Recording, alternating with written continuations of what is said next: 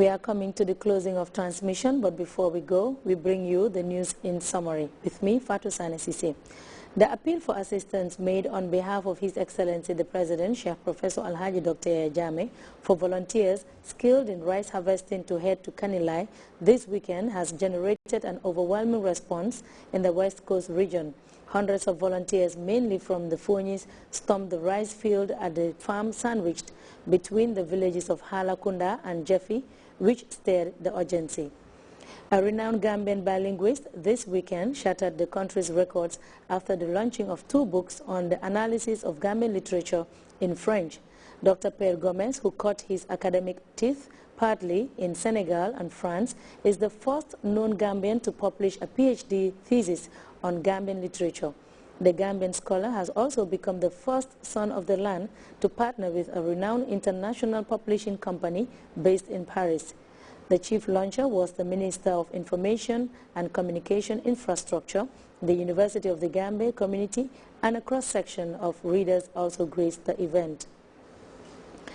The fate of over 1 billion people who are physically challenged around the world was the subject of intense reflection when national authorities recently met in West Coast region as part of celebrations marking International Disaster Risk Reduction Day. The key issue jointly outlined by leaders on how those are physically challenged are vulnerable to disasters wherever and whenever they strike. A national capacity building workshop for parliamentarians and local elected officials on fisheries and poverty reduction recently ended in Banjul. The main aim of the two-day convergence was to train parliamentarians and local elected officials on fisheries and poverty reduction in the country to enhance their role as educators in the field.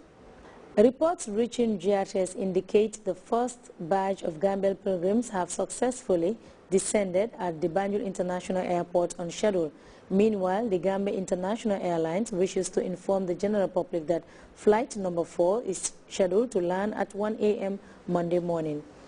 News outside the Gambia: the civil war in Syria is now into its third year and is estimated to have killed more than 100,000 people.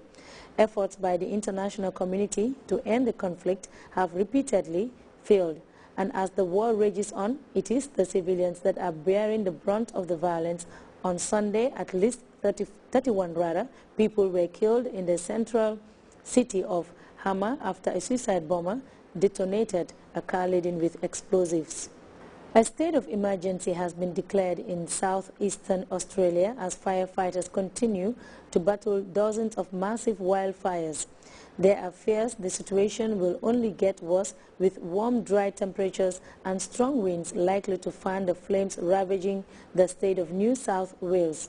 So far, the fires are threatening a number of townships west of Sydney. They could reach the outskirts of the city itself. In the German Bundesliga, Bayern Munich defeated Mainz Saturday by a goal to 1. The Bavarians emerged clear winners, but it was not all clear sailing for them. Also, one of the favorites, Schalke, won narrowly against Eintracht with a late goal. The team has been struggling since the start of the campaign. That was all in this edition of the News in Summary. Thanks for your time and have a pleasant morning.